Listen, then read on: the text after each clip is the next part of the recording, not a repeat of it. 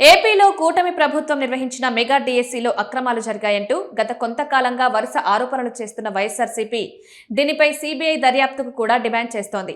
నిరసనలు కూడా చేపడుతోంది. ఇదే క్రమంలో మెగా డిఎస్సీపై సీబీఐ దర్యాప్తుకు ఆదేశించాలంటూ వైఎస్ఆర్సీపీ ఎమ్మెల్సీ పర్వతరెడ్డి చంద్రశేఖర్ రెడ్డి హైకోర్టులో ప్రజా ప్రయోజన వాద్యం కూడా దాఖలు చేశారు. దీనిపై విచారణ జరిపిన హైకోర్టు కీలక ఆదేశాలిచ్చింది. మెగా డిఎస్సీలో అక్రమాలు జరిగినందున సీబీఐ దర్యాప్తుకు ఆదేశించాలంటూ ఎమ్మెల్సీ పర్వతరెడ్డి చంద్రశేఖర్ రెడ్డి దాఖలు చేసిన ప్రజా ప్రయోజన వాద్యంపై జోక్యం చేసుకునేందుకు హైకోర్టు నిరాకరించింది.